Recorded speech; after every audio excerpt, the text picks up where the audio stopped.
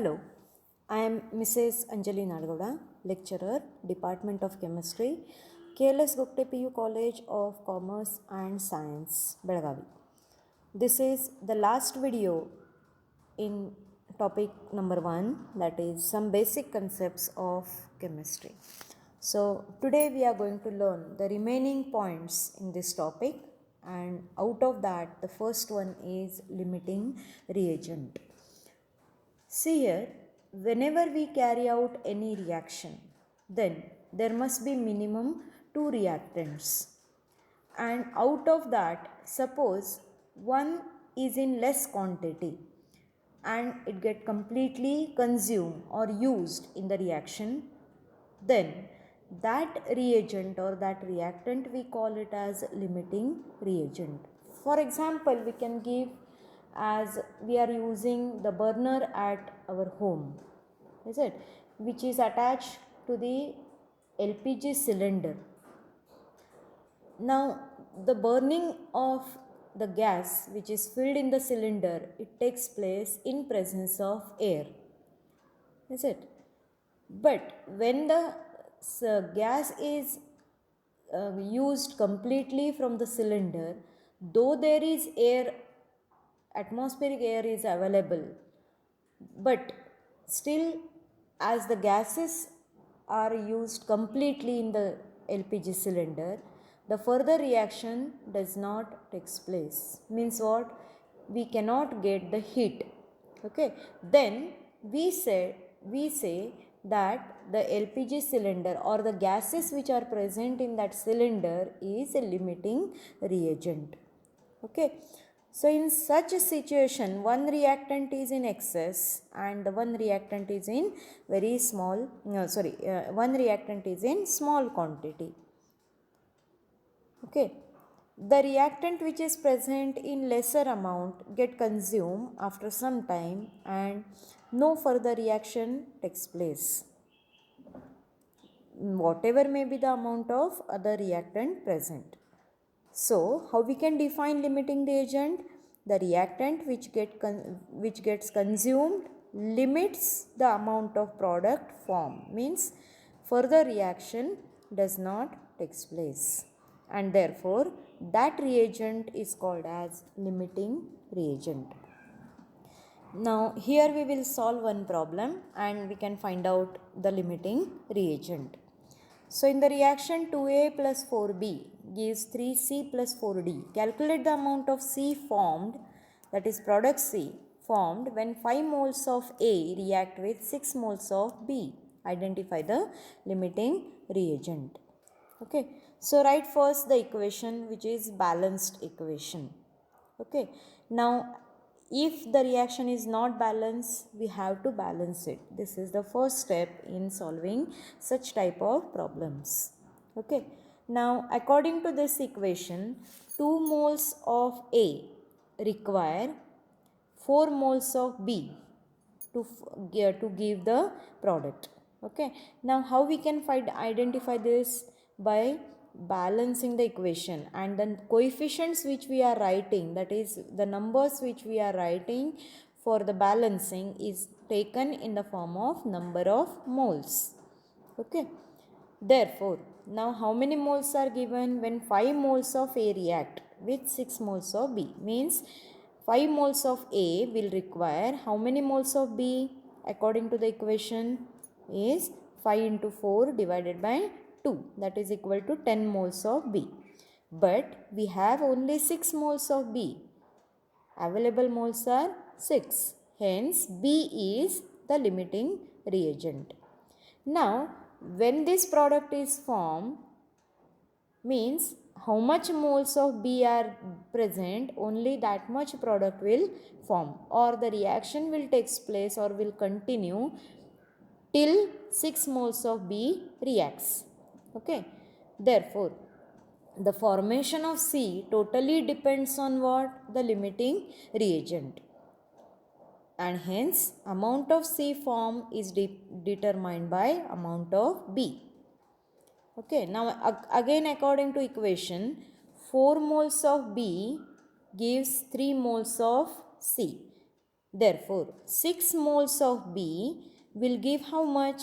That is 6 into 3 divided by 4, which is equal to 4.5 moles of C. This is how we can find out the amount of substance form as well as limiting reagent. Now, the next part is reactions in solution. Many a times in laboratory, we are carrying out the reaction in the form of solutions, that is in liquid form, is it? And then in that case, we should know how much amount of substance is dissolved to prepare that solution, or this is called as concentration of a solution. Okay, so what is the concentration? A solution, concentration of a solution, or the amount of substance present. How much amount of substance is dissolved in to prepare the given solution? It's called as that concentration of the solution. Okay, now there are many methods to express this concentration, and out of that the 5 methods are given in our textbook. That is, one is actually 4 are given, the fifth one is additional. Then first one is mass percent, or it is called as weight percent, which is small w by capital W percent. Then second one is mole fraction, third one is molarity, fourth one is molality, and last one is parts per million. So let us have one by one. Mass percent. Mass percent is nothing but what? It is the ratio of mass of solute to the mass of solution. Now how much mass of solution? That is 100 parts by mass of solution. As we are using the word percent, cent means 100. So in 100 parts by mass of solution, how much mass of solute is present? That gives mass percent of a solute. Okay, then mole fraction. Fraction means a ratio. Mole fraction means mole ratio. So it is the ratio of number of moles of a particular component to the total number of moles of solution.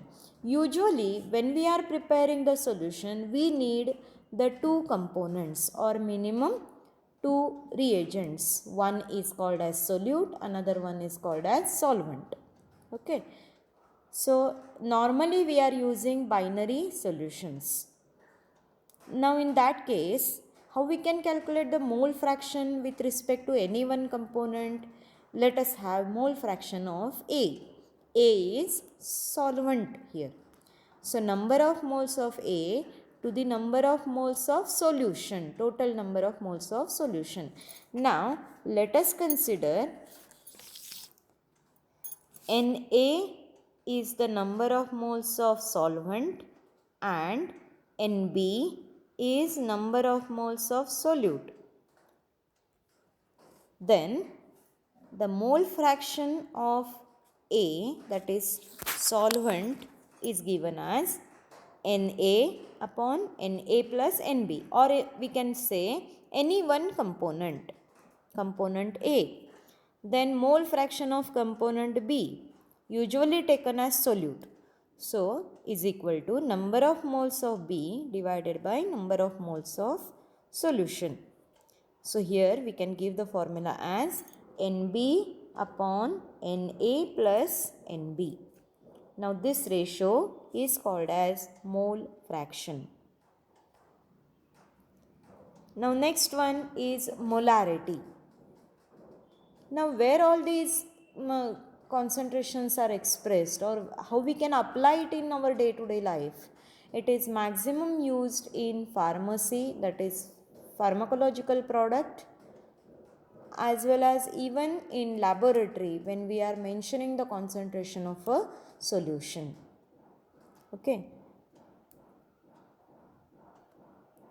So third one is molarity, which is usually used or generally used in laboratory to express the concentration of any solution. What is the definition? Number of moles of solute present in 1 liter of a solution. 1 liter of the solution. So molarity is expressed as capital M, and the formula for this is number of moles of solute divided by volume of solution in liter. But when we are preparing the solution in laboratory, usually we take the solution in ml, not in liter. Okay, because that much quantity is not required, and hence we have to convert this ml into liter by dividing with 1000. Okay, now how we can calculate the number of moles of solute? If we know the mass of solute, which is taken for dissolving or taken for preparing a solution, and if we know the molecular mass of that substance, then given mass divided by molecular mass will give you number of moles of a solute. Okay, and then volume of solution, to convert it into liter, we can use this formula, that is volume of solution in ml divided by 1000. Okay, now the whole formula I can change it as molarity is equal to given mass divided by molecular mass. Now this complete ratio will give you what? Number of moles of a solute. Then denominator to denominator will go to numerator. Then 1000 divided by volume of solution in ml. Okay, so by using this formula directly, we can find out the molarity of a given solution. Now, what are the units of molarity, or how we can express? That is, number of moles are expressed as mole, volume of solution in liter, that is mole per liter, or we can write it as mole per liter, liter raised to minus 1. Okay, or instead of liter, we can take it as decimeter cube also. So it will be mole per decimeter cube, or we can directly write capital M. Okay, which is called as molar concentration.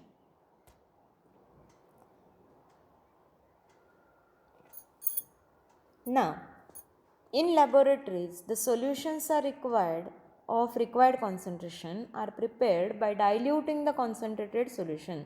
Means sometimes instead of dissolving the solid solute, we are taking the same solute which is highly concentrated or the concentration is more, and from that we are diluting the solution. Okay, in such case, when a concentrated solution is diluted by adding more solvent, the number of moles of solute in solution is unaltered. Unaltered means before dilution and after dilution, number of moles remain same. Okay. So for that, we can use another formula, that is number of moles of solute is equal to molarity into volume of solution in liter. Okay. Now in such case, how to do the calculations? We have to use the formula as M1V1 is equal to M2V2. So here is the meaning given for each term, that where M1 is equal to molarity before the dilution, whereas volume V1 is volume before dilution, and M2 is molarity, that is concentration after dilution, and V2 is volume after dilution. Now next one is molality. The little bit similar term which just differs in R and L, but there is a lot of difference in the denominator of the formula. Okay, that is number of moles of solute present in 1 kilogram of the solvent. Remember, we are using 1 kilogram of the solvent, that is we are considering mass of solvent in kilogram. Okay, in molarity we have used volume of solution, whereas in molality we are using the mass of solvent in kilogram. So it is the ratio of, again, number of moles of solute divided by mass of solvent in kilogram. Now how we can calculate number of moles? Given mass divided by molecular mass. And in laboratory usually, as I said, as the volume is taken in ml, like that the mass of the solute is taken, or mass of the solvent is taken in gram, not in kilogram. So we can convert the gram into kilogram by using this formula, that is mass of solvent in gram divided by 1000. Okay, now rearranging the formula, this 1000 will go up in the numerator. Molality is equal to given mass divided by molecular mass into 1000 divided by mass of solvent in gram. So by using this direct formula, we can calculate the molality of a solution. Now what is the unit of molality? Molality, number of moles, is expressed as mole, and mass of solvent in kilogram. Therefore mole per kg is the unit of molality. Okay, and the last one, which is very important again, is parts per million, or which we call it as ppm. Now by using this method, or where this type of concentration is expressed, is for giving the hardness of water or the concentration of salt in sea water, means where the solution quantity is too large but the solute quantity is very less. In that case we can use ppm. Okay, now what is million? Million is nothing but 10 to the power 6. So mass of solute present in 10 to the power 6 parts by mass of solution is called parts per million. Okay, let us solve one problem based on molarity. What is the concentration of sugar, that is C12H22O11, in mole per liter? Now concentration in mole per liter means what? Molarity is asked. Okay, if it's 20 gram are dissolved in enough water to make a final volume of up to 2 liter. Now what is given? The mass of solute is given. Which is the solute? Sugar is the solute. It is dissolved in water, means sugar solution is prepared. Now we have to calculate its concentration in molarity, mole per liter. How much gram of sugar is dissolved? 20 gram of sugar is dissolved to make a final volume up to 2 liter, means what is the volume of solution is 2 liter. Now sugar formula is given, so from this we have to calculate its molecular mass. Now how to calculate the molecular mass?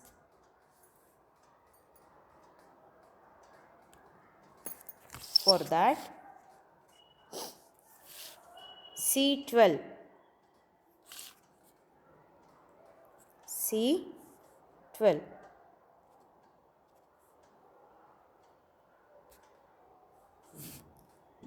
So C12, mass of each carbon atom is 12. 12 into 12, that is equal to 144. Is it? H22, mass of one hydrogen is 1 into 22. So it will be 22. Then O11, mass of each oxygen is 16 into 11. That is equal to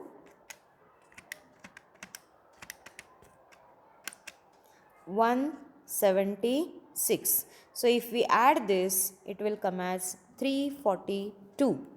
Okay, so from this, if we know the molecular mass, the mass of solute divided by molecular mass of solute, we will get the number of moles of solute.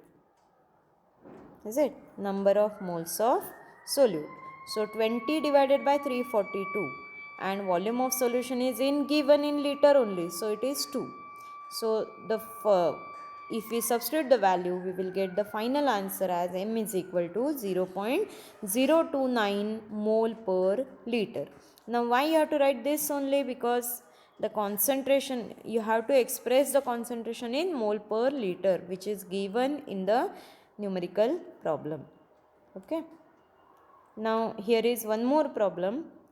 A sample of drinking water was found to be severely contaminated with chloroform, supposed to be carcinogenic in nature, means which causes cancer. So impurity like chloroform, if it is present in water, it causes cancer.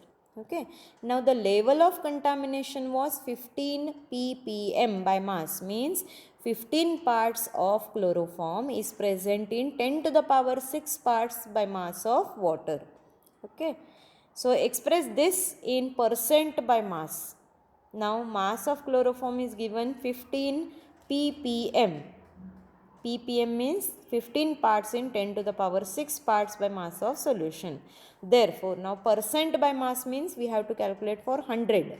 So 15 into 100 divided by 10 to the power 6 will give you 15 into 10 to the power minus 4 gram.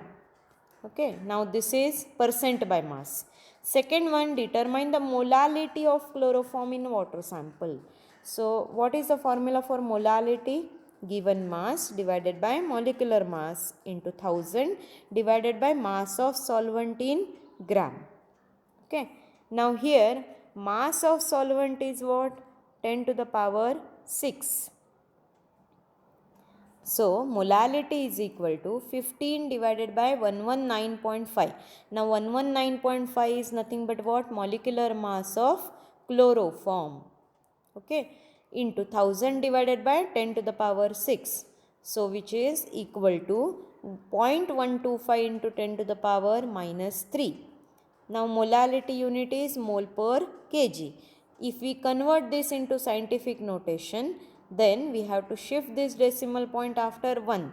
So 1.25 into 10 to the power minus 4 mole per kg. Okay, this is how we can solve the problems. So this is the last part of the topic, and here the topic 1 is completed. Thank you.